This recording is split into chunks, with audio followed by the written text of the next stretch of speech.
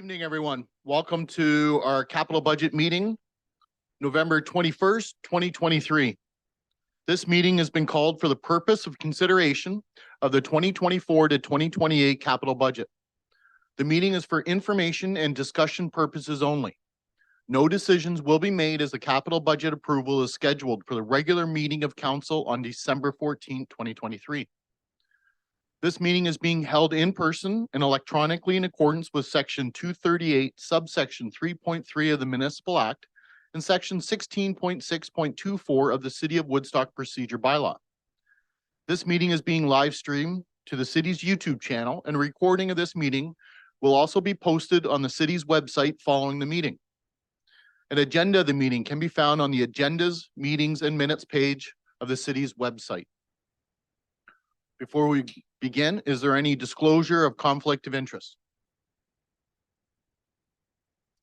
Seeing none, then in order to try to get through everything tonight, we will jump right into this. We'll now go through the budget page by page and ask that the appropriate staff member respond to any questions of council. So first up, if I have you go to pages 1 and 2 is information technology. And so council is aware, Mr. Grattan is in attendance, but of course he is behind the camera right now, so you'll just hear him in the room. Any questions of council?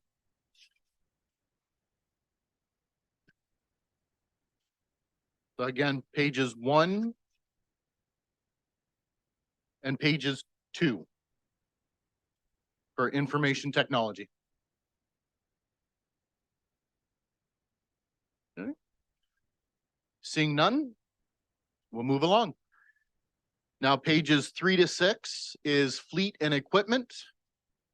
And Mr. Locke, Mr. DeHaan, and Mr. Connors are all in the building. So is there any questions? We'll start with page 3. And I'd ask staff just to come up, of course, if asked a question to answer to the podium. Nothing on page 3. Moving next to pages 4 and 5. Councillor Schattenberg, who's your question directed to? I'm assuming it's to Harold DeHaan because it's line number EQ0060. Actually says parks, replace bunker rakes. Budget is $67,000 for that for 2024. I just want to know what specifically the work is going to be done here. Thank you. Your worship, through to the councillor's question.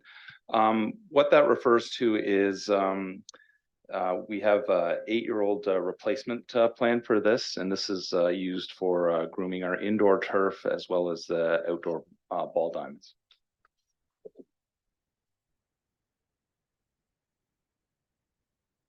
Okay. Any other questions from council on pages 4 and page 5?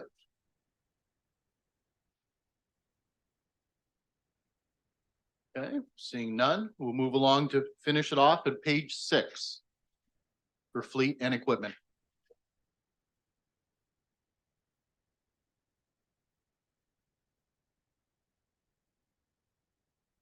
Okay, Councillor Martin. Thank you, Mayor Accioni. Just a very general question. When we talk about fleet procurement, we know that there have been supply chain issues. I'm assuming we don't pay for an article until it is delivered?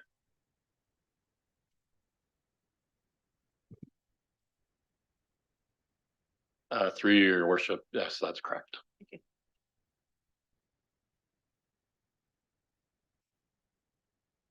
you. If nothing further, we'll move along. Page 7, traffic signals and crossing protection. These would be directed to Mr. DeHaan if you had any questions on page 7. Councillor Lauder. Thank you, through the mayor, to Mr. DeHaan. And I did speak to Mr. DeHaan about this. The pedestrian traffic signals, which is TRF 0004, And I did have an issue come up from a lady saying that they had done a petition some time ago for the corner of the area along Wellington and Brant because of the amount of children that cross over there and the speed of the traffic going down. That now she did say that staff had spoken to her or replied to her, but I noticed in the email that she sent me, it was in 2017. So that's quite a while ago. So, but what I guess my question is that if there is any movement that we could get something there if it warranted. I know you have to go through probably the process of finding out whether it is warranted, but if there was any movement to move that up, because I do see it as a line, it's in for 25 or 26. So I just wanted to ask about that. Your worship, through the counselor, yes, next year we have budgeted for Springbank and Sprucedale for crossing there. And as discussed on the phone earlier, we will be checking the numbers and the warrants at that location again. We did, when we checked in 2017, they didn't meet, but we'll be checking them again next summer, or probably before school lets out, so that we get the highest volume of pedestrians to see if the warrants are met then. Okay, thank you. Counselor Shanberg. Question of clarification from the chair through to Mr. Dahan. The sidewalks that are going to be put on the sidewalks, the crosswalks that we put in at Sprucedale and Springbank, will that be from the walkway coming through from here in Park, or will that be literally at the corner of Sprucedale and Springbank? Your worship, through the counselor, we're not actually, those are two options we're actually looking at right now. We're not sure which one we prefer, basically because we may want to divide up the length to make it a little shorter for the pedestrians by either bumping up the sidewalk or putting a median in the center of the road. And if we decide with the median, then it would interfere with the left-hand turn lane there. So that we haven't decided exactly where it's going to go yet. Thank you. Anyone else for questions on page 7? Okay, seeing none, we'll move along. Now we're on pages 8 to 14 of your booklets, infrastructure and roads, and this also is to Director Dahan. We'll start on page 8. Counselor Martin. Thank you, Mayor Accioni. In part of my review, I took last year's budget and compared just to see what's moving forward and what is maybe being reallocated. And I noticed on page 8, INF 00009, Southside Pond, Cedar Creek improvements. I didn't see it in last year's capital budget in any of the 5 years. And is it new, and what is that? Your worship, through the counselor, no, that's an old project. Actually, we've been saving up for that project for about 5 or 6 years now. We finished the detailed design. We're going to put it out for tender, and the estimate came in much higher than what we'd saved up. So we told the consultant to go back, shave some work out of the project, and then in addition to that, we're asking for another $500,000 in order to be able to afford it.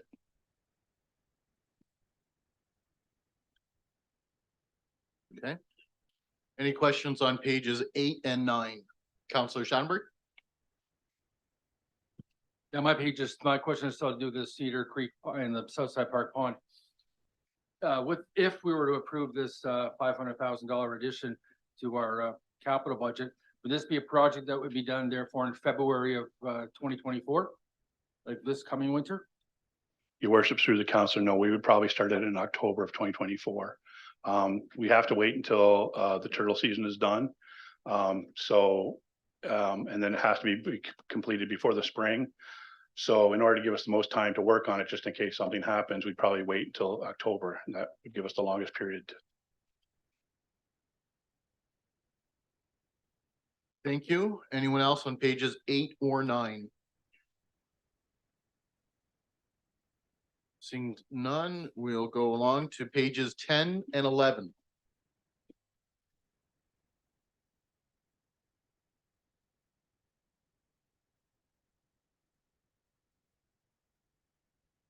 Any questions on pages 10 and 11?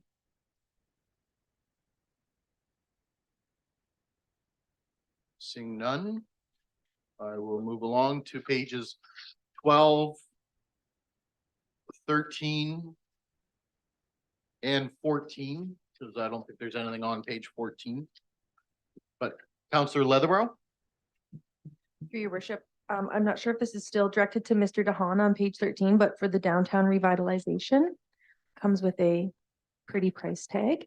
I just had a couple questions, or residents had reached out just talking about when the public or council would see the blueprints that have been discussed this year, from, I believe, Brock to Light Street, Light to Wellington. So I just wanted to make a point of just asking if you could share any details on, we had pulled up that project last year to approve the blueprints is the word I'm going to use. So if you just had any information on next steps, if this is to move forward. Thanks. Your worship, through the counselor. We kind of in anticipation of that question, we did, I did bring some drawings. We are currently working with a consultant right now to develop the, my goodness. Sorry, to develop the construction plans, right?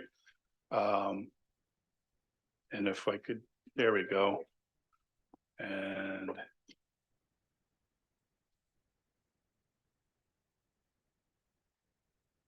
sorry, I'm trying to get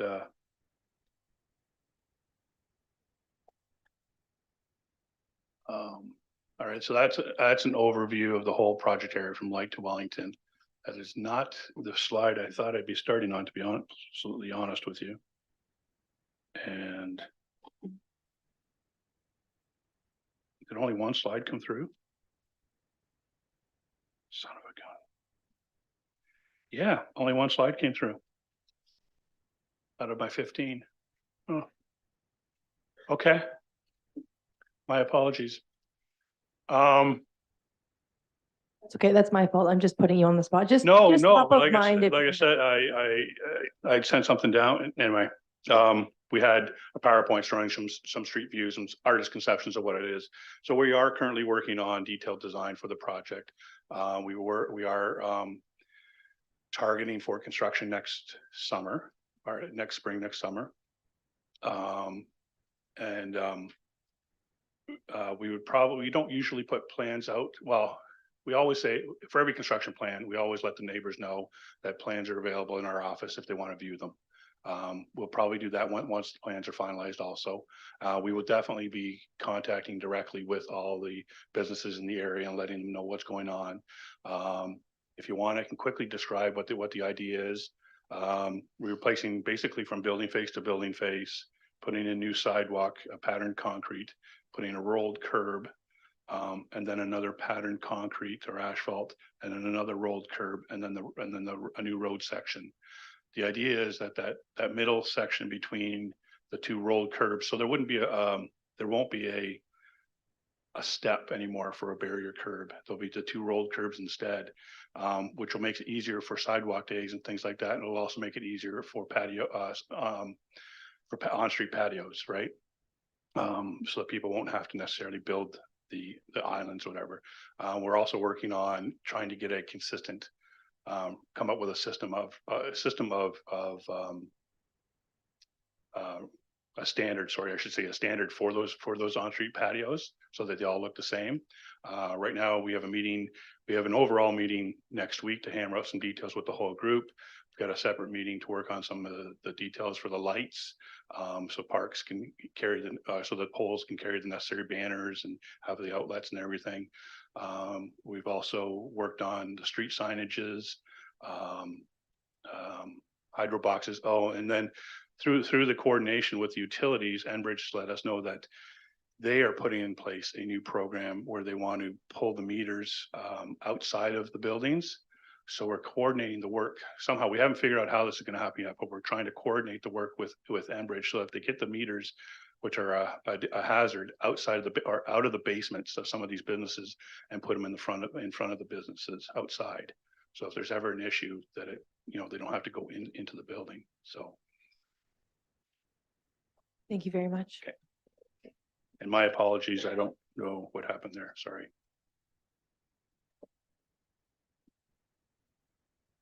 Okay, I was just gonna say, those can be shared with Oh, council. okay.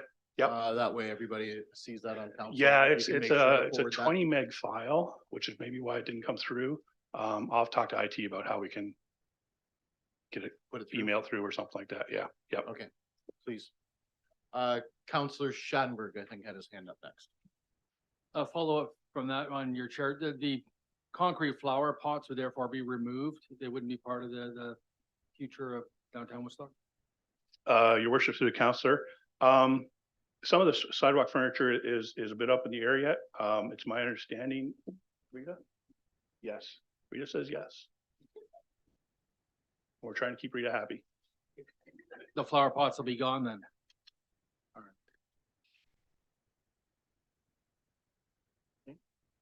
Counselor Martin? Thank you, Mayor Accioni. And this might be a question for finance. I'm not sure if it's a question for you. Because this spans 4 years, is this one project or is this multiple phases of a larger project? And what I'm trying to get at is, at what point do we issue the debenture? At what point do we issue the debt? Your worship through the counselor, I'll talk to the finances, I'll talk to the phasing part. If Diane can talk to the debenture part. So the money for next year is just for construction. The money for 2025 is for engineering and a little bit of cycle lane work, but mostly engineering for the next phase, which is slotted for 2026, which would be the square. And then the 2027 work, our cost is road work again, but outside of the area we're talking about for next year. Your worship, through to the counselor's question, the project has to be complete in order to issue the debenture unless we are doing construction financing, and then it can be, we can make application for it on a periodic basis depending on our cash flow requirements. Counselor Leatherborough? Last question through your worship. And just for clarification, it's not classified as the big dig. It's more so cosmetic, like it's not your waters and sewers and all those types of things. Your Water worship. and sewer. Yeah, your worship through the counselor. Just to be on the safe side, we are having the consultant, we are investigating the existing underground condition just to see if we do have a few spot repairs to do. But you're right, most of the work will be above ground. There will be some digging because for where future trees will be, they're going to put in a silva cell type system that's better for root growth, which they have to dig a bit of a hole in for. But we don't really anticipate any major utility work. Counselor Lauder? Thank you. Through the mayor to Mr. Dahan. I think that this was talked about at 4 million and now we're at 6,500,000. Is that due to just escalation in cost prices, or is that additional work from when it started out at 4 million? Your worship through the counselor. I would say it's more due to the fact that, the 4 million was a high level estimate and we're drilling into it some. That being said, actually the estimate came in higher than that. We're actually thinking we can get it down to 6.5 million.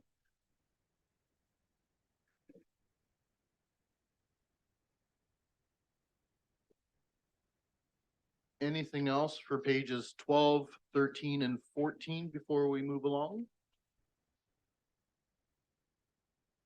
Seeing none, I do have a question, if I may. Yep. Especially for those watching at home.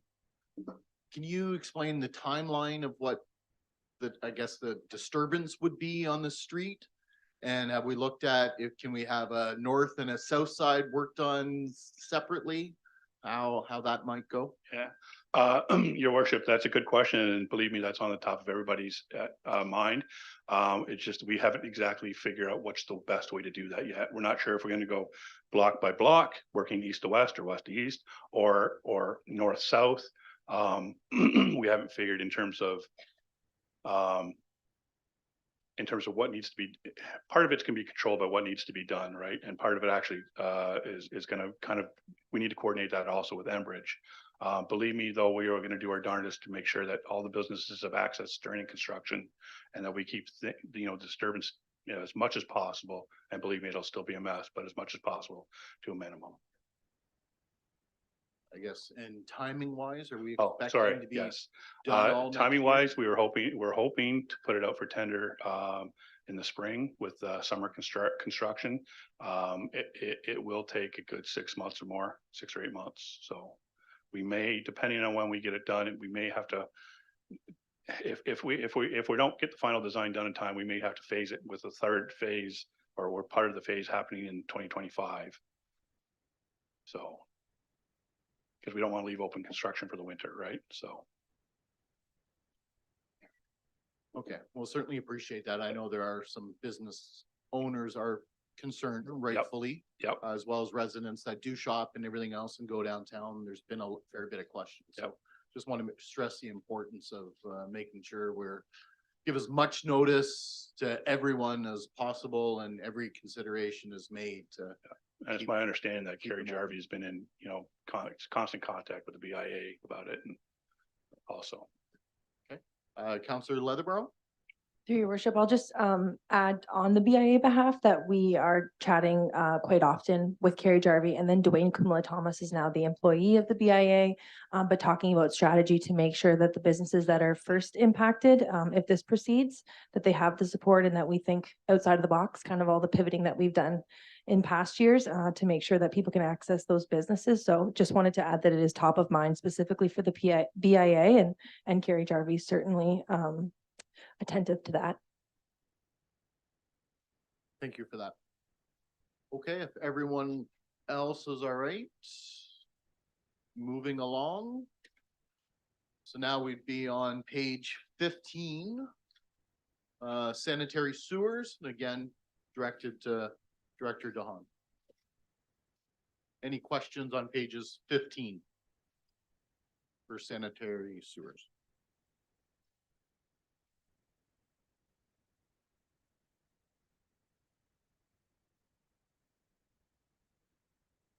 Seeing none. Moving along to page 16 now, water mains, again directed to Mr. DeHaan. Councillor Schadenberg.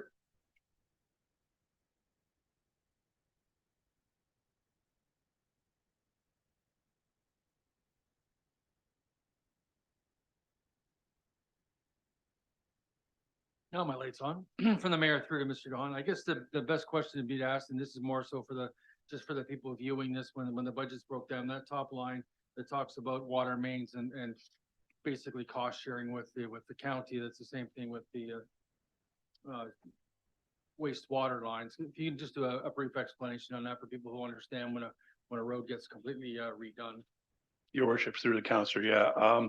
So sanitary and water main are currently owned by the county of Oxford. However, since it's in both parties' best interest to do it all work as most economically as possible, when we do a road reconstruction project, we rehab the water and the sanitary sewers at the same time. So the costs shown there are the water and the sanitary costs of our road reconstruction program. And those costs will be reimbursed from the county to us.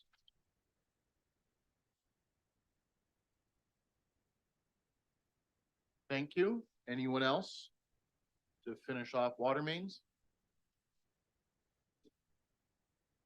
Okay, seeing none, we'll move along. Page 17, street lighting, also directed to Director DeHaan. Councillor Martin. Thank you, Mayor Accioni. STL 0009 replace, I'm assuming that means underground street light wires, city road projects. I don't think that this was in our 2023 budget either. Can you tell me a little bit about that? And because it's new. Your worship, through the councillor, I'd love to. Basically, this kind of goes with the philosophy that we're using for the sanitary and water main. Also, we had a discussion this year. Street underground wire, direct buried wire for our streetlights is our weak point in our streetlight system. So we made the decision that instead of doing separate projects to replace the wire, when we do a road reconstruction, we're going to replace it. If there is direct buried wire as part of that road, we'll replace that at the same time also.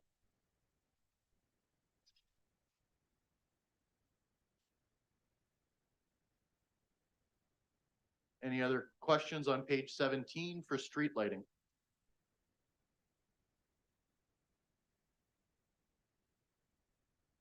Seeing none. Move along to pages 18 to 20 for development costs. Again, directed at Mr. DeHaan. Let's start with pages 18 and 19. Any questions of council?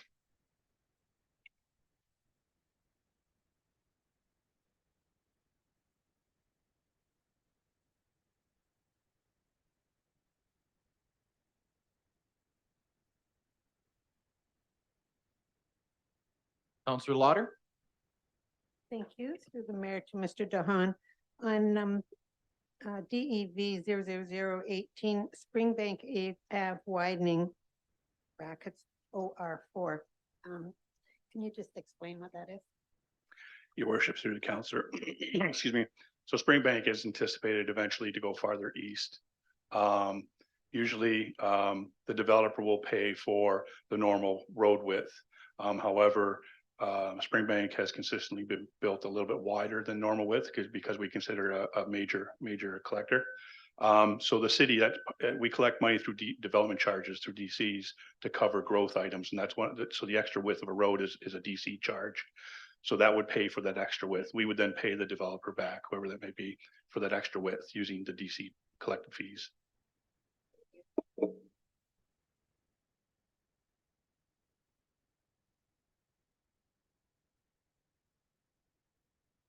I was just informed the files are now on your podium. They are.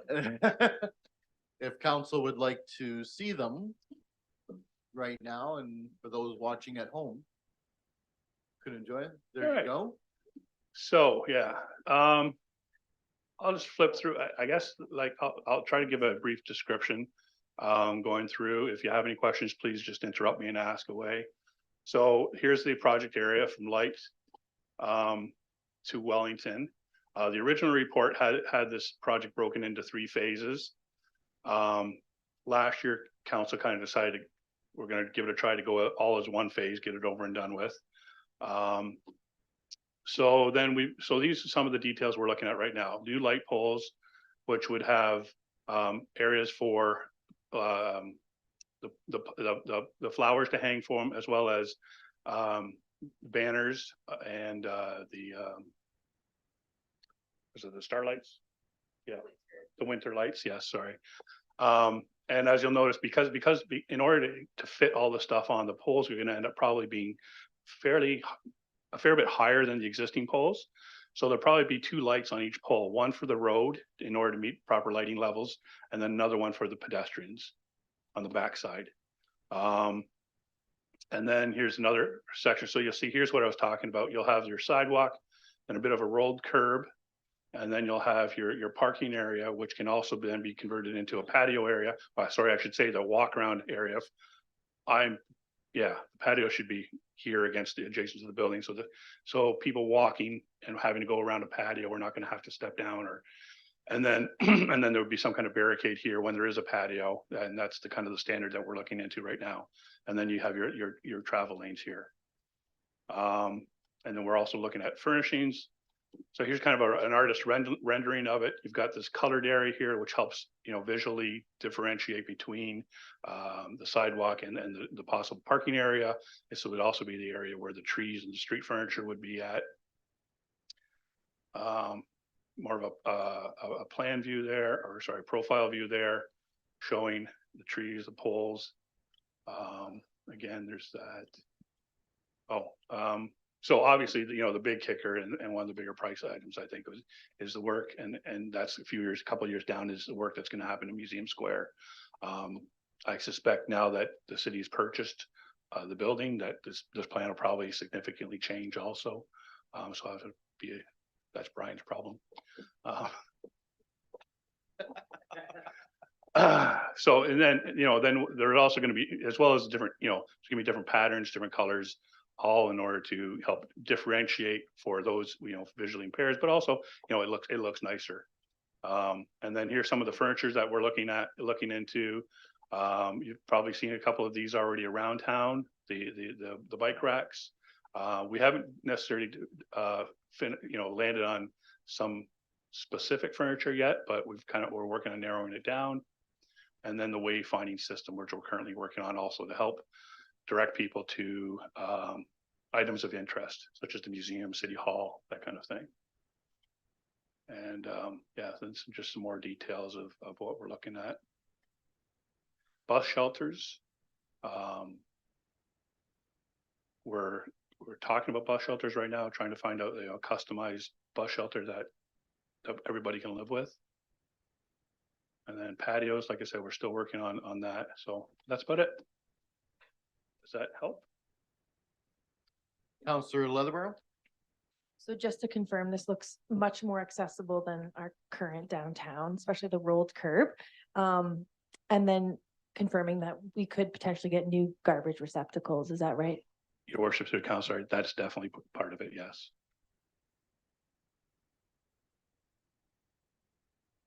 Recycling containers also being discussed and all that as well. Probably, yes, it Garbage? is. Yes, being discussed. Yep. Okay, so again, I jumped back to page 13 for those watching at home. Item number INF 00138 is what we're discussing. Any last questions before we move along? Counselor Martin? I'm on page 18. I noticed that the three projects that jumped out at me, I'll just give the short form number 12, 15, and 20. Look like the same numbers, the same budget numbers as what was in 2023. Are those just projects we're moving forward because we didn't get them completed or started in 2023? Or are they bigger projects than we anticipated and this is more than what we originally budgeted? Your worship, through the counselor. No, these projects are all dependent on the developer. So if he didn't start it next year, we couldn't spend the money.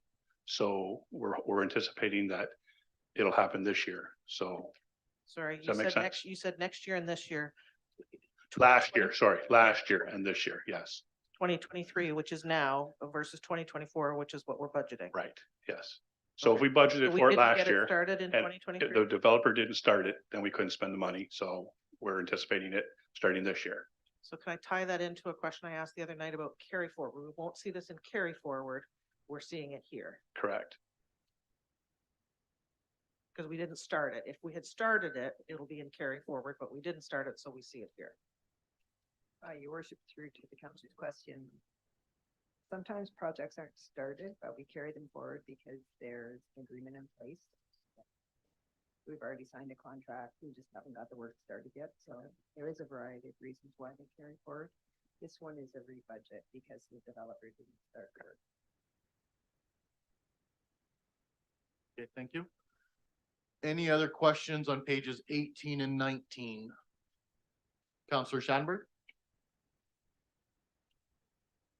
I feel like I'm asking for a clarification again, Mayor. I guess to Diane Campbell.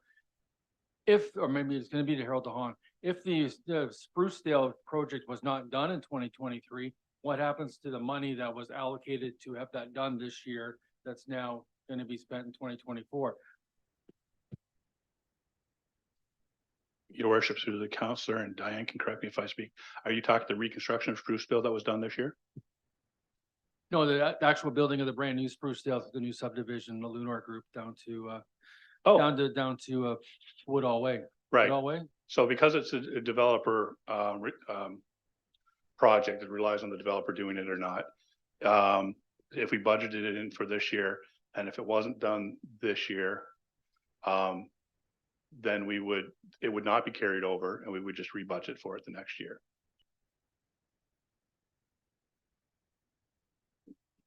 Okay.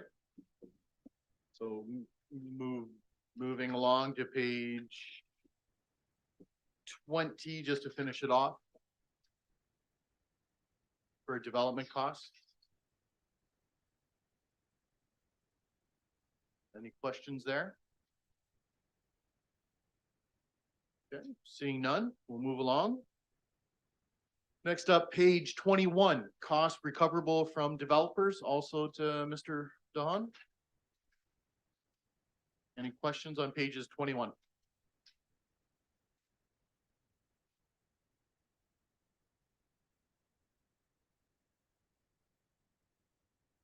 Okay. Seeing none. Moving along to new buildings, repairs and maintenance, and that's pages 22 to 24.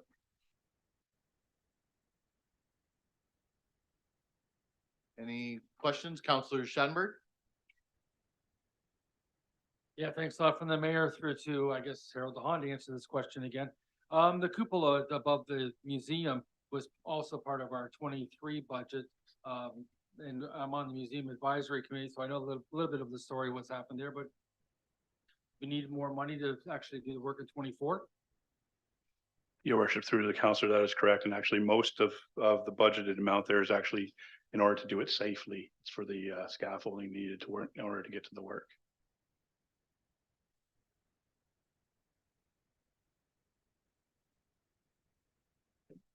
Any questions again on all 3 pages, 22, 23, and 24? For new buildings, repairs, and maintenance?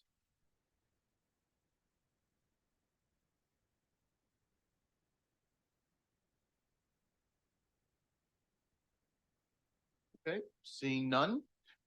Move along to transit on page 25. Questions of Mr. DeHaan? And I think then he's done. Counselor Martin? Thank you. Line item, transit 0006, replace city bus. It was, in our 2023 budget, it was scheduled for next year for 2024, but it's been moved. Is our city buses in the supply chain, pinch right now? Or is, if you order one, you're likely to get one in the year that you order it? I'm just wondering, it's been pushed another year. Should we, get ahead and order it if there's supply chain issues? Your worship, through the councillor, you are correct. The only difference, well, you are correct, and actually buses have always been in the supply. It's always taken a year in order to between ordering it and actually getting it. So that, well, it might be a little over a year now, but it's not. So that is an issue. However, we pushed it back because right now we actually we're kind of a little flush on the number of buses we actually own. So the wear and tear that we're experiencing on them, because they're not on the road as much, has actually gone down. So we're actually stretching out a little bit our life expectancy on the buses. So instead of replacing them every 18 years, we're pushing to 20, 21, 22 years right now, which is why we dropped the bus for this year. Counselor Leatherborough? Through your worship, just on the topic of buses, when you're looking at new buses, do you look at potentially electric buses too? Your worship, through the councillor, we did a few years ago, and council at the time decided not to follow that avenue. In order to get into that game, and at the time, they really were a trial, right? So, but even at a so when you've got a fleet of 12, you don't necessarily want to risk, your half your fleet on an electric bus at least. But in order to get into that game, it's expensive, because you have to not just buy the buses, but you've got to buy the chargers that have to go into the terminal or wherever the buses are going to charge also. So you're actually looking at millions of dollars. So probably eventually we're going to have to go into that, go down that route, but we're not there yet, I don't think. Just for information, if my memory is correct, was it not about $2 million to start? Or that was a bus and infrastructure to kind of jump us into that? For some reason that comes to mind. Do you remember? I honestly don't. CAO might remember. Yeah. Was 2 million our share? It was a 50-50 Yeah. There was a support, if I split. remember correctly. Yeah. Thank your worship, through to the question. It was, we didn't get that far into the process. We were in an exploratory phase, and it was, we were a pilot, small community under the organization known as QTRIC, which was leading the electrification project across Canada. And they liked Woodstock as representative of a small transit system. It was a model that was a small battery storage on a bus. The difficulty with transit is the duty cycle. Our buses are on the road 18 hours a day. How do you charge a bus when it has to be on the road 18 hours a day? And so the theory is either you buy a bus with a huge battery, which is incredibly heavy, which reduces your efficiency so that you can keep the bus on the road for as long as possible in that duty cycle. Or you have a small battery that you charge every cycle, which is for us every half hour we have buses returning to the terminal.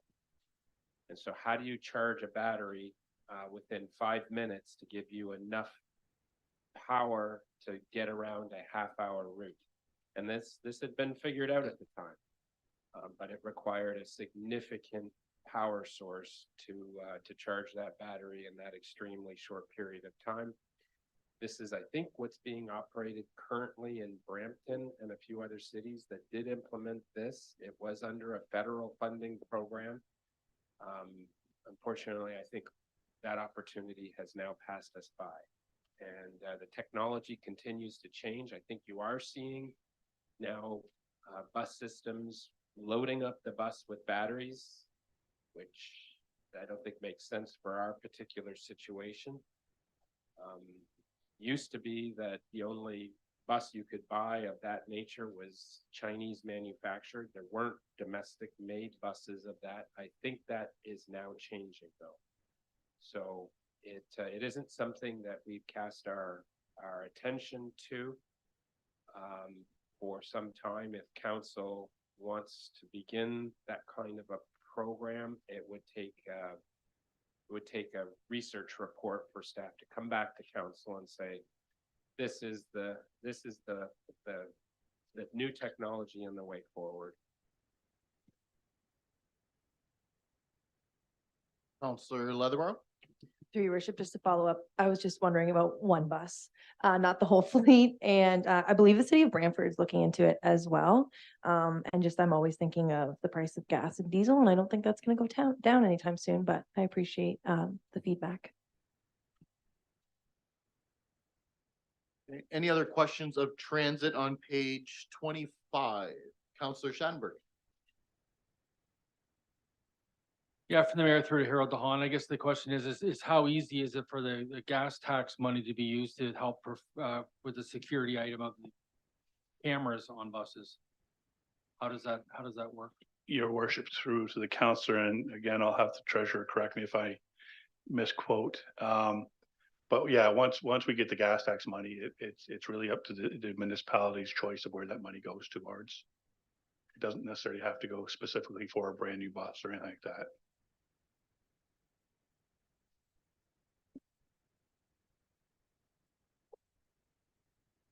Okay. Any other questions before we move along? Last chance. Okay, moving along. Thank you, Mr. Hahn. Next up, we have Chief Slager in the room on pages 26, 27, and because 28 is so short, we'll go the whole section as well. So Fire Department, pages 26, 27, and 28. Any questions of council? Councillor Shanberg? Yeah, from the mayor through to our fire chief, Jeff, the question would be the SCBA replacements, and we talked about that earlier today on the phone. Just sort of explain what that is in particular and why the entire number has to be replaced all at once. Your worship, through to Councillor Schadenberg. So the SCBA's, or our breathing apparatus, do have a set lifespan, the cylinders that carry the air that we take in, and we're nearing the end of the lifespan for the current make model that we have. So we do have to look at moving on to updating that. We also, with respect to the packs, while the packs themselves don't date out as long as they're maintained, technologies have improved, changed as to what's available within the pack itself and how it interacts with other fire equipment. So when we're looking at a significant replacement, and the cylinders carry the bulk of the cost, it gives us an opportunity to take a look at what else is out there in the market and kind of reassess everything and do a full replacement of our equipment. Continue. As an aside to that, you fill them on site at your Parkinson Road station? Your worship, through to the question, correct. We do have a compressor on site where we both fill our own cylinders, but we also do make it available to businesses through a subscription rate or to our partners in the tiered response or in our mutual aid agreements, for the county.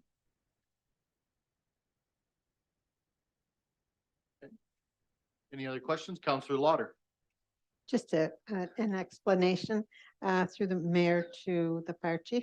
On fire 00043, a firefighter LODD memorial flagpoles. Can you just explain what that's all about? Your worship, through to Councillor Lauder. So as council may remember, about a year or two ago, as part of our capital project, we had the installation of our old fire bell that was brought from City Hall out to Parkinson Road. And we were able to establish a location for that. What we intend to do with this is expand that space a little bit, add a few more flag poles so that we can kind of continue to fly our Canadian flag and an Ontario flag, and then have a post available for the different representations throughout the year. Now, the line of duty death memorial, what we're looking to have is a small podium established as part of this. We're starting to see a growing number of firefighters deaths being recognized as line of duty death for presumptive legislation, where retired firefighters have passed away from cancer after their career, but because of the presumptive legislation, specific cancers are considered to have been contracted from their work within the fire service. So it is classified as a line of duty death. And this gives us an opportunity that while they are added to the provincial firefighter line of duty death memorial, for those that serve the city of Woodstock, we have a location here on our property for family members and for our own members to be able to recognize those that are there. Thank you. Councillor Leatherborough. Through your worship to Mr. Slager, on page 27, the fire master plan community risk assessment, could you just give a high level overview of what that entails? Your worship, through to Councillor Leatherborough. So the intent behind this, the last kind of review of the fire service was completed back in 2012, and it's been quite some time. The city itself has grown, changed. Our service has changed as well. This gives us an opportunity under the community risk assessment to take a look at the current state of the city of Woodstock, how it's grown, what the challenges are that the fire service faces when we're out, and what we need to be able to do to kind of provide for addressing the concerns or the safety risks that are out there. So that's a separate one document that's established based on the makeup of our community, what we need to have to available. That then segues into a master plan where we start to utilize that and detail where does the fire service need to go, where do we need to grow to be able to provide for that service as we sit now. There has been talk about, as the city continues to grow, and speculation of where the city could grow and go, but we can't include that in a master plan because it's not set in stone. We have no confirmation of where we are. So we do look at what does the city of Woodstock have? What are the challenges that we need to address? How does the fire service need to improve, grow, change to be able to address those needs as they are now? So just to follow up with that, master plan then help kind of crystallize or finalize the potential 2027 fire department substation? Your worship, through to Councillor Leatherborough. So that would be one of the intents when we do look at some of the significant growth within our current municipal borders. We have some significant growth on the north shore of Piddock that wasn't in the certain capacity or that capacity back in 2012, but we're moving towards it. So that would be an area that we look at. How are we able to address the needs and the measurables that the fire service needs to reach to be able to serve all of our residential areas? And that can support the movement towards a third station. That was going to be my question as well. So good. Yep. Any other questions for Chief? Councillor Martin. Thank you, Mayor. Actually, just a point of clarification. I didn't get a chance to connect with you with my questions. I'm assuming I will still have time after tonight's meeting. That today was not the deadline to ask all of our questions, and that I'll be reaching out to you with just a few small points of clarification. Absolutely. I look forward to them, Councillor Martin. Again, no decisions are being made tonight. December 13th, we'll be voting on this. So council's going to have 14th. I'm sorry. I was thinking of county council. Yes, so if nothing else from council for Chief Slager? Thank you very Thank much. you very much for being here. Thanks, Chief. Next up, we have Parks and Forestry, and assuming Director Connors is coming up, pages 29 to 32 for those following along. And we're gonna start on page 29 before we move along at this point.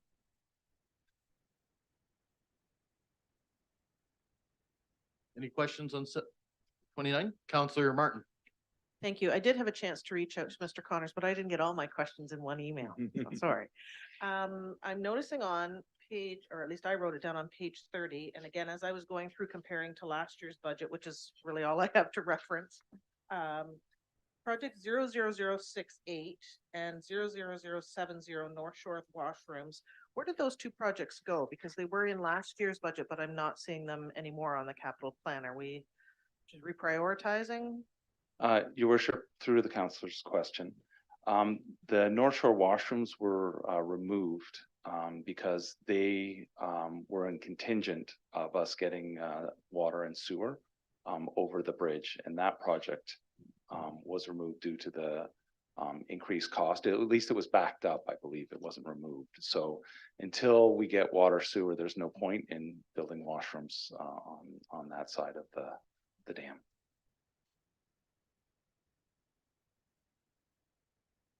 Totally makes sense. So again, we'll open it up to pages 29, 30, and 31 now. Counselor Leatherborough? Through your worship to Mr. Connors, I highly doubt this is the year to pull things forward, but I was just curious. Two pieces. One, Cowan Fields basketball courts, just out of curiosity, how it lands in 2026. And then the second one was similar to just kind of the status of the Cowan Sportsplex spray pad. So as I said, I doubt this is the year to move things forward, but I just wanted to know just some background about those two projects. Your worship, through the councillor's question. I'll start off with the Cowan Field basketball courts. 2026 was the scheduled date for this, basically due to the layout that we're trying to put into Cowan Fields. We don't want to put assets all over the fields. We'd like to keep the ball diamonds together and the cricket pitches together and all those assets, so that there's a more logical flow once everything is built. So basically, that's where we're putting these pieces at as far as time wise. The whole site right now still hasn't been completely leveled, and that needs to be done, and then the pathways and everything else going to these assets. So we are continuing to put in basketball courts throughout the city. This one would just be the double court that we would be planning to put in, but there are courts still being built throughout the city as we go. With regards to the to this spray pad, we do need a little time to plan.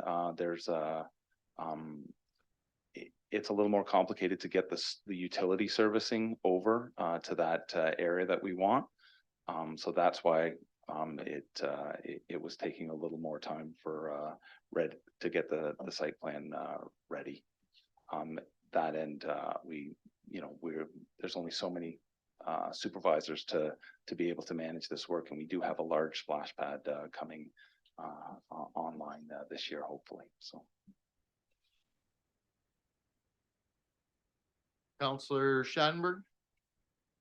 From the mayor through to Brian Connors, I know that the Homer Brown Park, the one behind Alice and B Street and whatnot, is a nice new playground there for children. But I also noticed that it's still on our budget for 2024 courts to be built there. Your worship, through the councillor's question, yes, the funds there will be able to do some grading, seeding. There'll be a granular trail in that park, and then basketball courts.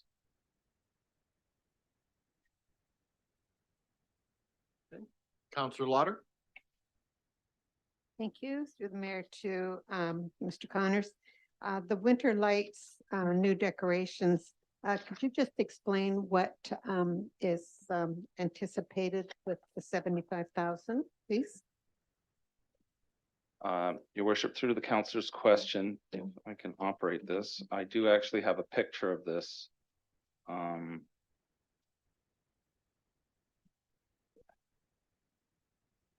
And it disappeared. Okay.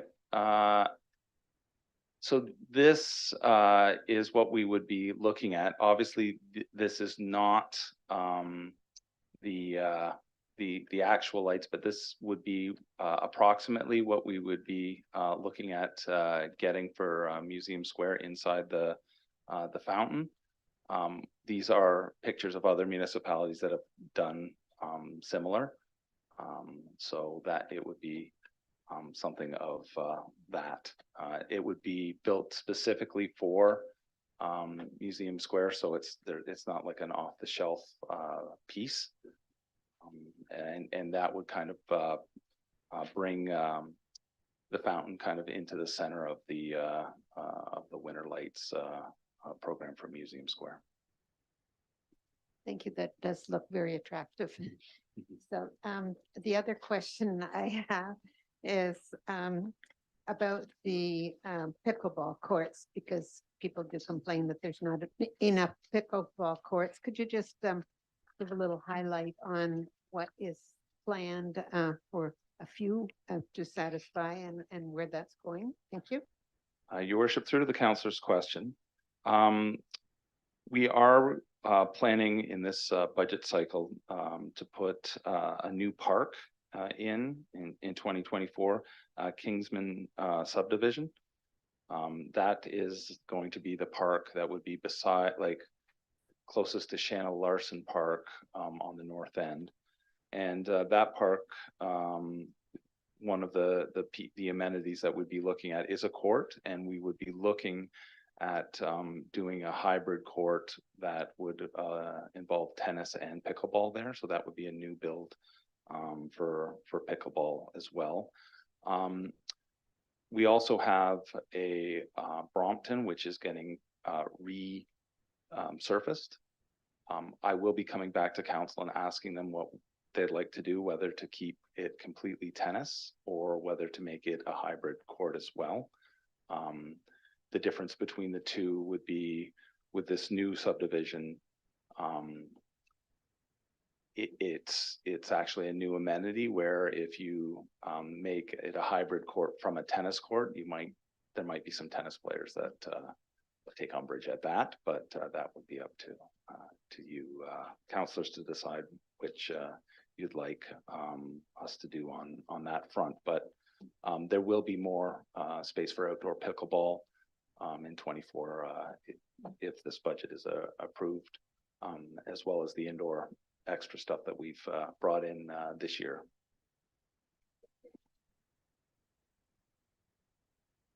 I would just add that if, as council asks questions, if you can just mention what page number and item number again, just for those watching at home and everybody here. Any other questions on pages 30, 31, and I'll add 32 to finish it off. Councillor Leatherborough. Through your worship, I have a question on page 32, and then when we get to 33, page 33. So page 32, I was just curious what PKS 00121 Parks Master Plan bracket Bill 23 was. Your worship, through to the councillor's question, this is a plan to help standardize the assets in all the community parks as far as a planning piece.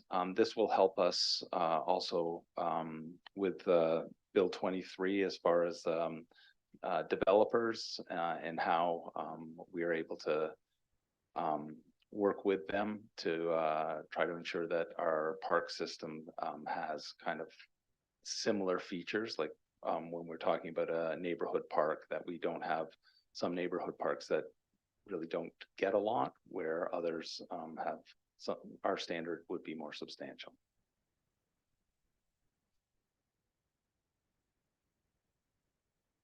Thank you. Counselor Shanberg. On page 31, plan number 101 called Southside Park Expansion. I see you've got fairly significant dollars planned over the next 3 years, 24, 25, and 26. Just I guess for anyway, for 24, what was planned for the 350,000? Your worship, through the councillor's question. Yes, this is a substantial plan.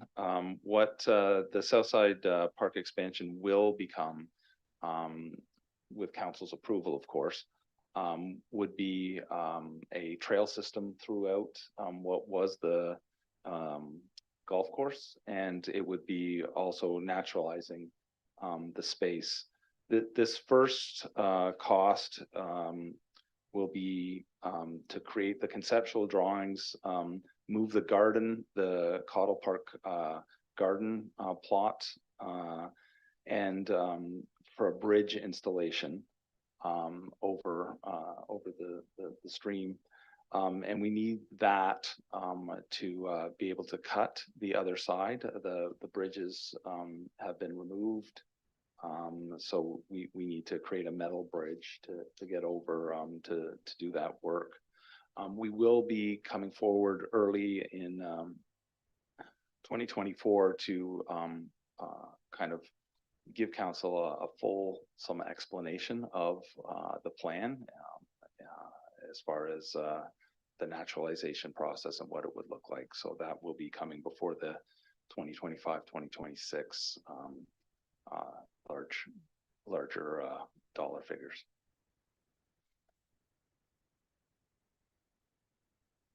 Okay, thank you. Anything else for Parks and Forestry up to page 32? Councillor Leatherborough. Through your worship, I'm on page 33. Is that okay? Well, we'll just make sure if that's okay with everyone to finish up Parks and Forestry. Looks like we're good. So we'll go to page 33, which is recreation programs. Councillor Leatherborough, is there anything you want to ask? I guess, since we're here, through your worship to Mr. Connors, I just wanted to clarify that the on page 33, REC 00010 esports gaming equipment, 6,000. That was for Cowan Park soccer field. Is that correct? Or the start of that project?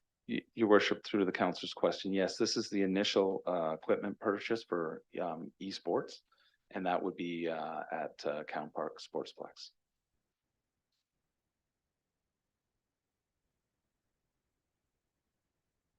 Any other questions on page 33 for recreation programs?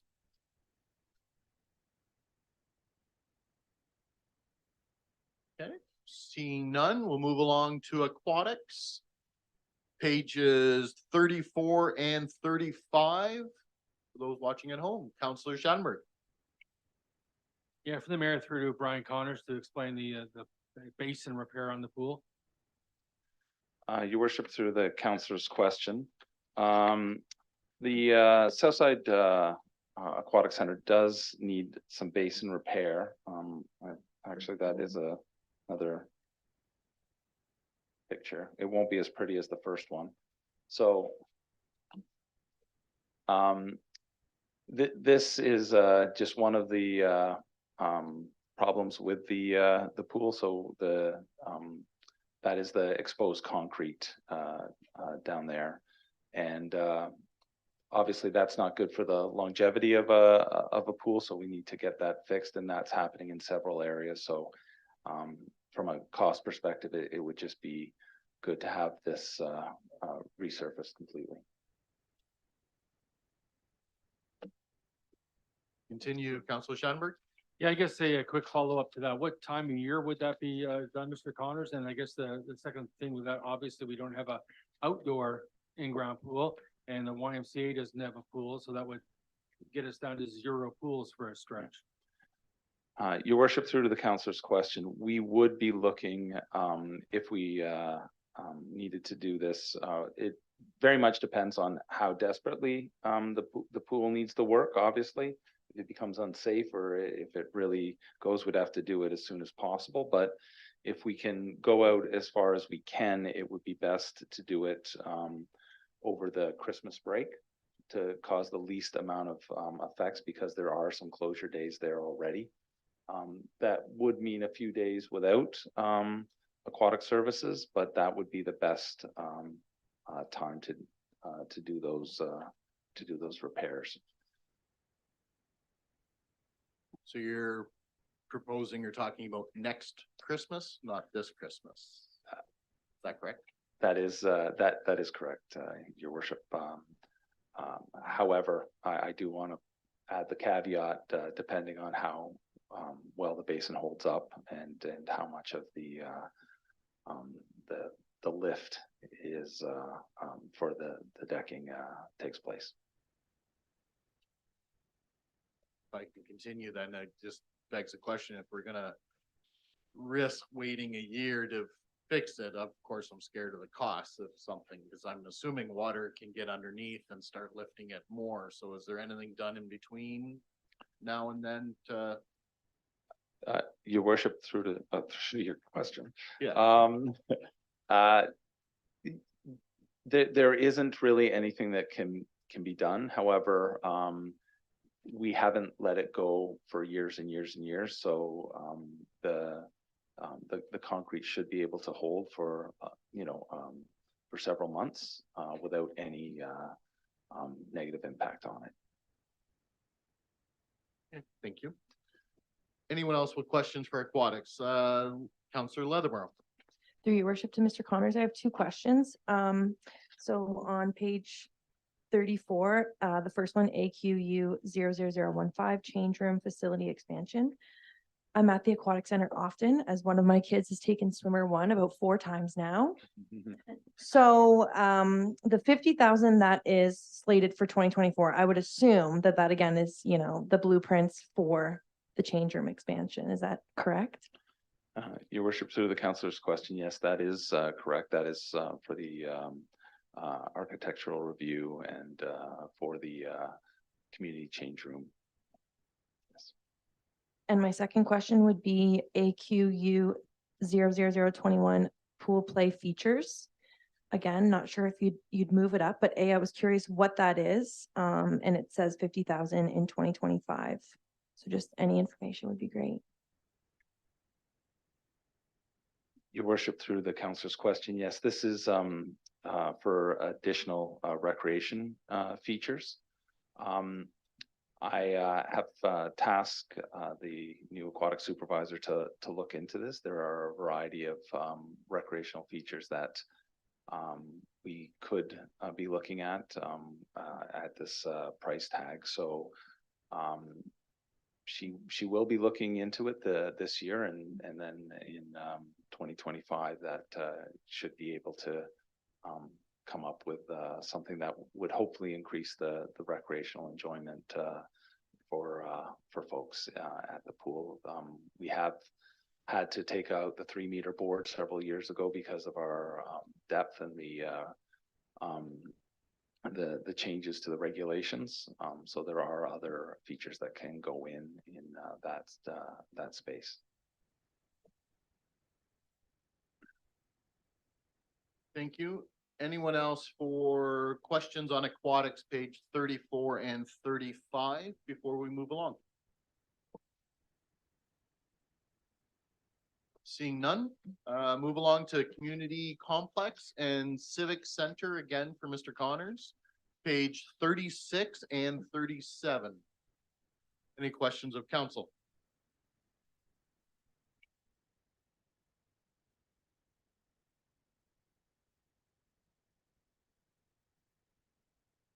Councillor Martin. Thank you, Mayor Accioni. Page 36, line item ARE 00025, Twin Pad Arena and Youth Center. I noticed in last year's budget, it was budgeted at 24 million, but we have it down for 15 million in 2026, which is a pretty different price tag. Am I reading this correctly? Your Worship, through the councillor's question, the 15 million basically covers a single pad. We are going to be asking for a feasibility study in 2024. And this will be the community's chance to provide input as well as for council and for the consultant to provide some dedicated dedicated study to this issue and whether council wants to go forward with a single pad, no pad, twin pad, or anything else that's in this building at the time.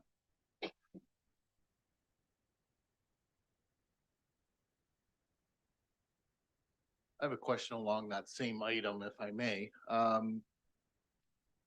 If we're looking at arenas and if council decided to keep the civic center open, would a new arena be eligible for DC charges? Understand if we replaced it, it's not, but if we, in addition to, would it be? Your worship, through to your question, any additional would be eligible for DCs. If we were to remove civic and then add a single pad, it would not. It would be replacing one arena for another. But if we were to keep civic as an arena and then add another, the DCs would be eligible for one arena. Okay, thank you. So the next question was, would that be a double pad then if we only had to contribute towards one or not? But that's for future discussions. I'm sure it's okay. Yeah. Councillor Leatherborough. Through your worship to Mr. Connors, ARE 00017 on page 35, the golf hall renovation. I know there's been work done to it. So I was just curious about the 30,000 that's listed here and any additional details that you could share about where it stands right now. Your worship, through the councillor's question, the 30,000 will be the storage room. Will at Golf Hall, that'll be a creation of that. So part of the kitchen that was the hallway will be turned into storage because the gym there will be a multi-purpose gym. So there'll be lots of equipment kind of going in and out, as well as the upper ceiling. There's going to be some netting put around because there's a lot of sports balls that are getting caught up on that higher lip of that of golf ceiling.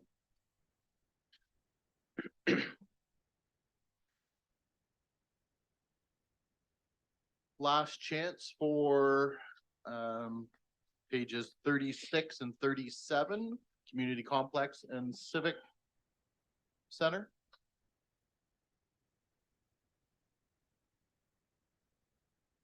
Okay, seeing none. Move along to page 38, which is Cowan Park. Any questions of council? Again, Mr. Connors.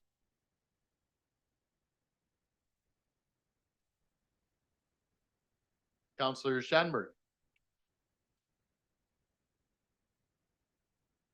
Yeah, project number 013, the facility redevelopment for 350,000. Just curious what that entails.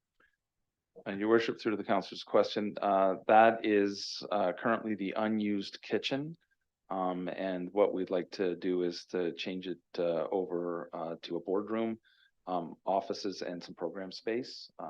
Given how valuable indoor program space is, we would like to use the entire building.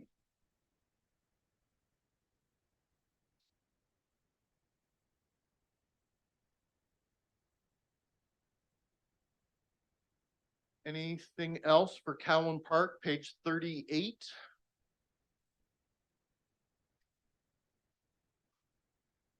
And then because it's blank, we'll skip over, we'll go 38 and 39 to finish off Mr. Connors here at the podium. So 39, of course, is special events. And it looks like we have nothing going on next year. Not in capital. I know. So again, last chance, Cowan Park and Special Events, pages 38 and 39. Any questions? Thank you very much. Next up, we have Art Gallery, page 40. And Director and Curator Ms. Reed is here. Any questions on page 40?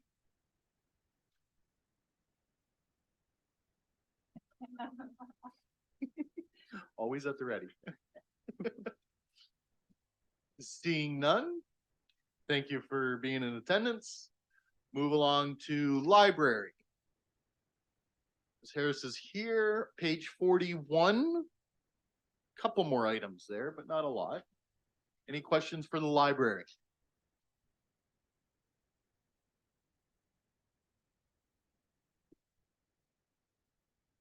Almost feeling guilty to make you sit in those chairs and wait so long. Councillor Schattenberg. I see on the top of the page, a master plan consultant report is one of the things that are being asked. I'm just kind of curious that as time goes by, if the library is possibly, I'm one of the people, for example, who have taken out compact discs before and a lot of DVDs. And are you maybe gradually getting out of that business, or is that something that the consultant would tell you or could tell you? It would be a combination, I would say, sorry, through the mayor to your question.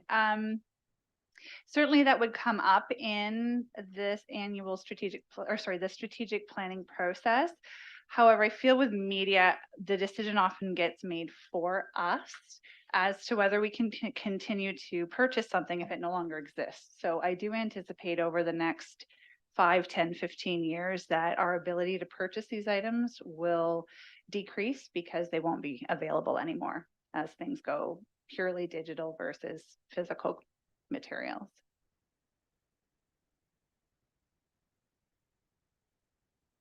Okay, it's been a long time since I've rented any DVDs or CDs from the library, I will admit. Borrowed, maybe not rented was wrong. I really dated myself, didn't I? Last chance for library. Page 41. Any questions? Ms. Harris, thank you very much.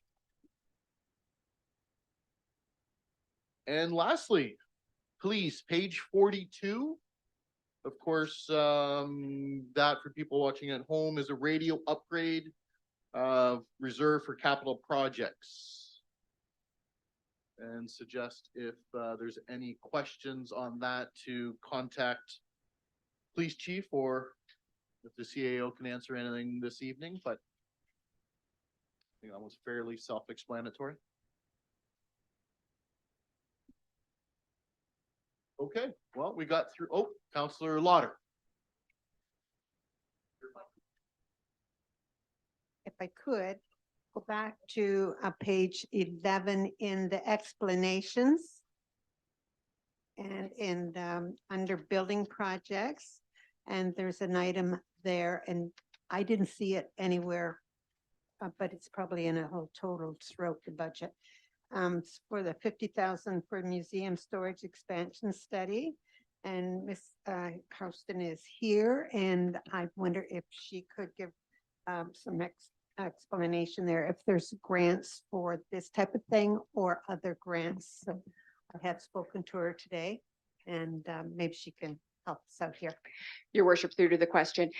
This is a great question. Yeah, there is a grant that is called the Cultural Spaces, and they do give money for feasibility studies. However, they also give out larger amounts for specialized equipment for museums. So the actual amount is 50,000 for this. They would only give half of that, so it would be 25,000, whereas they can give up to 250,000 for specialized museum, storage, HVAC, anything of that nature. I would really rather wait and apply for that if indeed in the future we actually have an expansion. So there's a number of different grants that are for this kind of thing. I should back up a step. So about 30 years ago, there was a big dig, and at the same time, the museum actually was restored, and they dug down into the basement so that we had a place to actually store our collection. And they said it was going to last for about 20 years, and it lasted for 30 because it was in 1993 that they started the project. So we've done very well in our last strategic plan. We said that space optimization was the most important thing that we had to deal with. And we've done that. We've really tried to, with the actual exhibit spaces, we've redone all of them. We've redone the offices so that we can fit in our students now, all of these kinds of things. But we're out of space. So we need some help figuring out, okay, I want, when I retire, somebody to come into the same position I came into, where they had some time to figure out how they wanted to proceed and how, into the future. And how much space is that? And we have some space behind the museum. This is a good time to get some professional help to figure this out. So that's what that is. Great. Thank you. Thank you very much. I was wondering why you were here in attendance tonight. I didn't know that was all set up, so that was perfect. Thank you for that. And I guess, does anyone have any other questions before we adjourn? Well, I just want to thank all staff for being here tonight again and putting what I think is quite a responsible budget request forward, what are priorities and everything else to each of the departments. Thank you for answering our questions of council up to, of course, December 14th. Now, councilors are requested to forward their suggested amendments to council, the CAO, and the Director of Administrative Services by December 8th for inclusion in the December 14th agenda, where, of course, we will be voting on this. As all items were covered this evening, the alternate meeting for Thursday, November 22nd, in a couple of days, is not required. 23rd. Oh, yeah. Any other questions before call for an adjournment? Seeing none? Councillor Martin, second by Councillor Leatherborough. All those in favor? We are adjourned. Thanks, everyone.